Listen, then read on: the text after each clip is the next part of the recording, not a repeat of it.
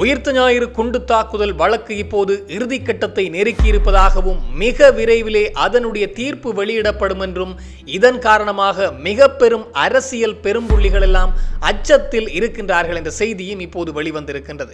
மேலும் இசாரா செவ்வந்தி நீதிமன்றத்திலே முற்படுத்தப்பட்டிருந்தார். இந்த இசாரா செவ்வந்தியினுடைய முக பரிசோதனைக்காக அரச பகுப்பாய்வு திணைக்களத்திற்கு இப்போது அறிவுறுத்தல் கொடுக்கப்பட்டிருக்கின்றதாம். எதிர்வருகின்ற 17ஆம் திகதி இசாரா செவ்வந்தியின் முக பரிசோதனை இடம்பெறப் போகின்றது என்ற செய்தியும் வெளியாகி இருக்கின்றது. மேலும் நாமல் ராஜபக்சவுக்கும் ரணில் விக்ரமசிங்கவுக்கும் மஹிந்த ராஜபக்சவுக்கும் இடையில் இடம்பெற்ற தொடர்பாடல் தொடர்பாக இப்போது லங்கா தீப பத்திரிகை ஒரு செய்தியை வெளியிட்டிருப்பதாகவும் இதிலே நாமலை பிடித்து உள்ளே போட போகின்றார்கள் என்ற விடயமும் கலந்துரையாடப்பட்டதாகவும் சொல்லப்பட்டிருக்கின்றது. இந்த விடயங்கள் பற்றித்தான் இந்த தொகுப்பினூடாக முழுமையாக பேசப் போகின்றோம். அன்புறவுகளில் எல்லோருக்கும் வணக்கம். இந்த உயிர்த்த ஞாயிறு குண்டு தாக்குதல் தொடர்பாக பல வழக்குகள், கிட்டத்தட்ட 34 வழக்குகள் வரையிலே தாக்கல் செய்யப்பட்டு தொடர்ச்சியாக விசாரணைகள் இடம்பெற்று வருகின்றதாம். இதிலே 5 வழக்குகளினுடைய விசாரணை மிக தீவிரமாக இடம்பெற்று வருகின்றதாம். இதிலே 3 வழக்குகளிலே தீர்ப்பு வழங்கப்பட்டிருக்கின்றது என்று சொல்லப்பட்டிருக்கின்றது. குறிப்பாக இந்த பூஜித ஜெயசுந்தர மற்றும் ஹேமஸ்ரீ பெர்னாண்டோ, முன்னாள் போலீஸ் மாதிபர் பூஜித ஜெயசுந்தர, முன்னாள் பாதுகாப்பு செயலாளர் ஹேமஸ்ரீ பெர்னாண்டோவுக்கு எதிராக வழங்கப்பட்ட மரண தண்டனை என்பது அந்த உயிர்த்த ஞாயிறு குண்டு தாக்குதல் தொடர்பாக தாக்கல் செய்யப்பட்ட வழக்குகளிலே ஒன்றுதான். அது அந்த 5 வழக்குகளிலே ஒன்றாம்.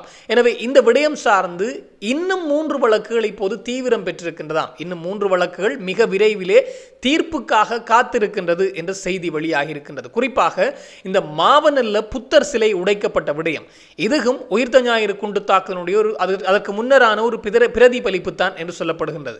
அதேபோன்று புத்தளம் பகுதியிலே, வனத்துவில்லு பகுதியிலே ஆயுதங்கள் மீட்கப்பட்ட விடயம், அங்கே இராணுவ பயிற்சிகள், அதாவது இந்த பயங்கரவாத பயிற்சிகள் இடம்பெற்றது, சஹ்ரான் குழு பயிற்சிகள் இடம்பெற்ற விடயம் சார்ந்தும் பலர் கைது செய்யப்பட்டிருந்தார்கள். இதிலே மிக முக்கியமானவர்களாக பார்க்கின்ற போது முகமது இப்ராஹிம் மற்றும் முகமது நவ்ஃபர் என்று சொல்லப்படுகின்ற நவ்பர் மௌலவி என்று சொல்லப்படுகின்றோடு சேர்த்து மொத்தமாக 24 பிரதிவாதிகள். இவர்களுக்கு எதிரான வழக்கு கிட்டத்தட்ட 5 வருடங்களுக்கு மேலாக, 5 வருடங்களும் 254 நாட்களும் தொடர்ச்சியாகவே இடம்பெற்று வருகின்றன. இந்த வழக்கு நடந்து வருகின்றது. அதிலே 254 நாட்கள் இந்த வழக்கு ஒவ்வொரு நாளும் விசாரணைக்கு எடுத்துக் கொள்ளப்பட்டிருக்கலாம். காரணம், இந்த வழக்கை மிக விரைவிலே விசாரித்து முடிக்க வேண்டும், தீர்ப்பு வழங்க வேண்டும் என்ற ஒரே காரணத்திற்காக நிரந்தர மூவரடங்கிய கொழும்பு மேல் நீதிமன்றத்திலே தான் இந்த வழக்கு விசாரணைக்கு எடுத்துக் கொள்ளப்பட்டிருக்கிறது. நிரந்தர மூவர் கொண்ட நீதிபதிகள் அடங்கிய மேல் நீதிமன்றத்திலே இந்த வழக்கு விசாரணைக்கு எடுத்துக் கொள்ளப்பட்டிருக்கின்றது. இந்த 254 நாட்களும் காலை இந்த நீதிமன்ற நடவடிக்கைகள் தொடங்கியதிலிருந்து இரவு 10 மணி வரையிலே அந்த வழக்கு விசாரணைகள் தொடர்ச்சியாகவே இடம்பெற்றிருக்கின்றன.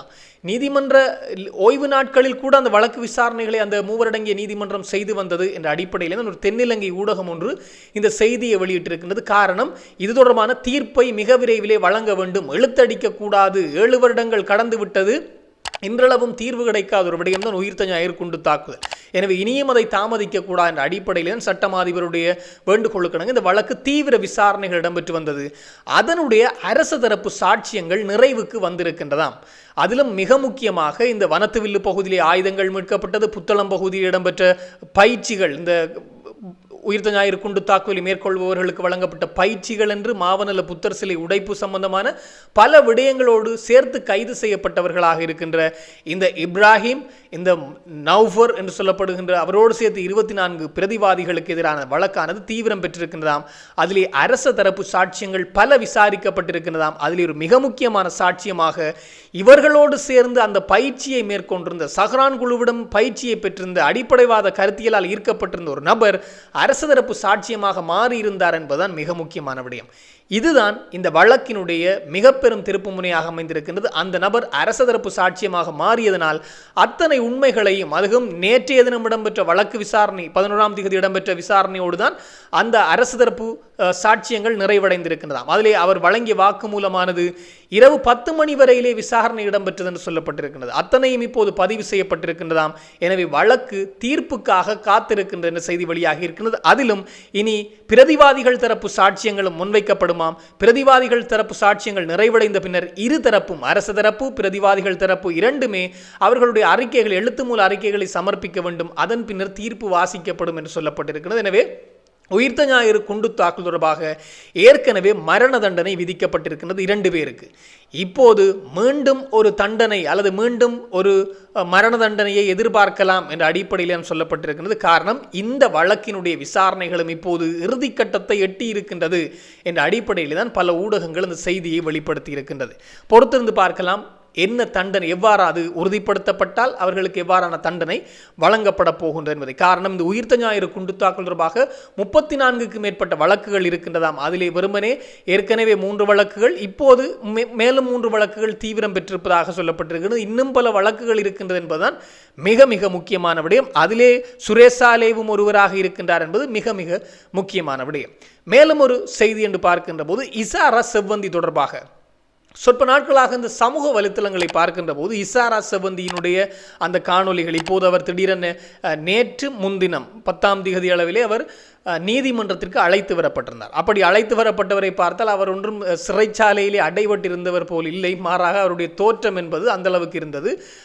அவர் சிறைச்சாலையிலிருந்து வந்தவர் போன்று இல்லை, வெளிநாடுகளிலிருந்து கூட்டி வரப்பட்டவர் போன்று தான் அவருடைய தோற்றம் அமைந்திருந்தது. எனவே அவர் அழைத்து வரப்பட்ட போது எல்லோருமே இது இசாரா செவ்வந்தி தானா என்ற ஒரு கேள்வியும் எழுப்பி வந்தார்கள். இப்போது இசாரா செவ்வந்தி தொடர்பாக இசாரா செவ்வந்தியிடம் இதுவரையிலே மேற்கொள்ளப்பட்ட விசாரணைகள், இதுவரையிலே பெறப்பட்ட வாக்குமூலங்கள் அத்தனையும் அறிக்கையாக்கப்பட்டு நீதிமன்றத்திலே சமர்ப்பிக்கப்பட்டிருக்கிறதாம் குற்றத்தடுப்பு குற்றப்புலனாய்வு திணைக்களத்தினரால். அதன் பின்னர் இசாரா செவ்வந்தி இப்போது இருக்கின்ற தோற்றமும் அந்த சிசிடிவி காணொலி, துப்பாக்கிச் சூட்டை நடத்திய சிசிடிவி காணொலியில் இருக்கின்ற முகத்தோற்றத்தையும் பரிசோதனை செய்வதற்காக அரச பகுப்பாய்வு திணைக்களத்திடம் இப்போது கொடுக்க வேண்டும், அதாவது இந்த விடயத்தை கையளிக்க வேண்டும் என்று குற்றத்தடுப்பு விசாரணை பிரிவு நீதிமன்றத்தை நாடி இருக்கின்றது. குற்றப்புலனாய்வு திணைக்களம் நீதிமன்றத்தை நாடி இருக்கின்றது. நீதிமன்றம் உத்தரவு வழங்கி இருக்கின்றது. எதிர்வருகின்ற 17ஆம் தேதி இசாரா செவ்வந்தியை முக பரிசோதனைக்காக அரச பகுப்பாய்வுக்கு கொண்டு செல்ல வேண்டும் என்ற உத்தரவு கொடுக்கப்பட்டிருக்கிறது. காரணம், அப்போது இருந்த முகம் வேறு, இப்போது இருக்கின்ற முகம் வேறு என்பது அதில் பார்க்கின்ற போதே தெரிகின்றது. அப்போது இருந்த உடலினுடைய பருமன் வேறு, இப்போது இருக்கின்ற உடலினுடைய பருமன் வேறு என்பது அந்த காணொலிகளை ஒப்பிட்டு பார்க்கின்ற போதே தெரிகின்றது. எனவே முகப்பரிசோதனைக்கும் அனுமதி வழங்கப்பட்டிருக்கின்றதாம் இசாரா செவ்வந்தி தொடர்பாக. மேலும் ஒரு மிக முக்கியமான செய்தி என்றால், இந்த செய்தியை பார்க்க கிடைத்திருந்தது ஒரு தென்னிலங்கை ஊடகம் தான். ஆனால் அந்த தென்னிலங்கை ஊடகம், லங்கா நியூஸ் என்று சொல்லப்படுகின்ற அந்த தென்னிலங்கை ஊடகம் லங்கா தீப பத்திரிகையை மேற்கோள் காட்டித்தான் அந்த செய்தியை வெளிப்படுத்தி இருக்கின்றார்கள். லங்கா தீப பத்திரிகை என்றால் சிங்கள மொழியிலே மிக பிரபலியமான பத்திரிகை. அந்த பத்திரிகையை மேற்கோள் காட்டித்தான் அந்த செய்தியை வெளிப்படுத்தி இருக்கின்றார்கள். அதிலே குறிப்பிடப்பட்ட விடயமானது நாமல் ராஜபக்சவுக்கும் இந்த ரணில் விக்ரமசிங்கே மற்றும் மஹிந்த ராஜபக்ச, கோட்டாபய ராஜபக்ச, ஜான்சன் பெர்னாண்டோ இப்படியான அந்த தரப்பினர் எல்லோருமே இணைந்து ஒரு திருமண நிகழ்வு ஒன்றிலே, ஒரு அரசியல்வாதிகளுடைய திருமண நிகழ்வு ஒன்றிலே கலந்து கொண்டிருக்கின்றார்கள். அந்த திருமண நிகழ்வின் போது இந்த நாமல் ராஜபக்சவுக்கும் மஹிந்தவுக்கும் ரணிலுக்கும் இடையில் இடம்பெற்ற உரையாடல் தொடர்பாகத்தான் அந்த செய்தி வெளியிடப்பட்டிருக்கிறது. அதில் குறிப்பாக ரணில் விக்ரமசிங்கே திருமண நிகழ்வுக்கு வருகின்ற போது நாமல் ராஜபக்ச அவரை சென்று வரவேற்றிருக்கின்றாராம்.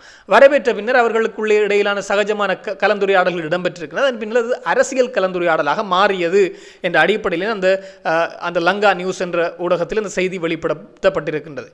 அப்படி மாறிய உரையாடலிலே இந்த நாமல் ராஜபக்ச தன்னுடைய சமூக வலைத்தளம், குறிப்பாக இந்த வாட்ஸ்அப் செயலியிலே அனுப்பப்பட்ட தகவல்கள் தொடர்பாக, பரிமாறப்பட்ட செய்திகள் தொடர்பாக ரணில் விக்ரமசிங்கவுக்கு எடுத்து காட்டியிருக்கின்றாராம். அதிலே பல அழைப்புகள் இருந்து அல்லது பலருடைய தொலைபேசியிலிருந்து நாமலுக்கு உன்னை கைது செய்ய போகின்றார்கள் என்ற செய்தி வந்திருக்கின்றாம். 100க்கும் மேற்பட்ட தொலைபேசிகளிலிருந்து வந்திருக்கின்ற தொலைபேசி இலக்கங்களிலிருந்து நாமலுக்கு வந்திருக்கின்றதாம், உன்னை கைது செய்ய போகின்றார்கள் என்ற அடிப்படையில். இதனை ரணிலுக்கு காட்டியிருக்கின்றார். ரணிலும் இதை பார்த்து கொண்டு அவர்களுக்கு இடையிலே அந்த கலந்துரையாடல் தொடர்ந்ததாகவும், இதற்கிடையிலே மஹிந்த ராஜபக்ச குறுக்கிட்டு நாங்கள் இதைவிட எத்தனையோ பார்த்து விட்டோம் என்ற அடிப்படையில் சொல்லியதாகவும் அந்த இடத்திலே குறிப்பிடப்பட்டிருக்கின்றது. எனவே மிக முக்கியமான விடயம், நாமல் ராஜபக்சவ கைது செய்யப்பட போகின்றாரா என்ற ஒரு கேள்வி எல்லோர் மத்தியிலும் நீடிக்கலாம். நாமல் தொடர்பான வழக்கு ஒன்று இருக்கின்றது. குறிப்பாக கிறிஸ் நிறுவன வழக்கு தான் கொஞ்சம் தீவிரமான வழக்கு.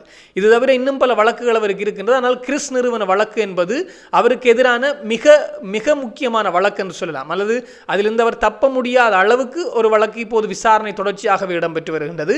இந்த விடயம், அதாவது ரணில், நாமல், மஹிந்தவுக்கு இடையில் இடம்பெற்ற அந்த கலந்துரையாடல் விடயமானது ஒருவேளை ஏதோ ஒன்றை நோக்கி இந்த அரசாங்கம் நகர்கின்றதோ, நாமலை கைது செய்வதற்கான வேலைகள் இடம்பெற்று வருகின்றதோ என்ற எண்ணங்களையும் இப்போது எல்லோர் மத்தியிலும் எழ ஆரம்பித்திருக்கின்றன மிக முக்கியமான விடயம். எனவே ரணில், நாமல், மஹிந்த கோட்டா எல்லோருமே ஒன்றாக இணைகின்றார்கள் என்பதும் ஒரு மிக மிக முக்கியமான விடயம். அவர்கள் பலமான ஒரு எதிரணியினராக தங்களை உருவாக்குவதற்கு முயற்சித்து வருகின்றார்கள் என்பதும் மிக மிக முக்கியமான விடயமாகவே இருக்கின்றது. இது தொடர்பாக இன்னும் பல தகவல்கள் வருகின்ற போது உடனுக்குடன் தெளிவுபடுத்த நானும் தயாராக இருக்கிறேன். இன்னும் ஒரு தொகுப்போடு சந்திக்கலாம்.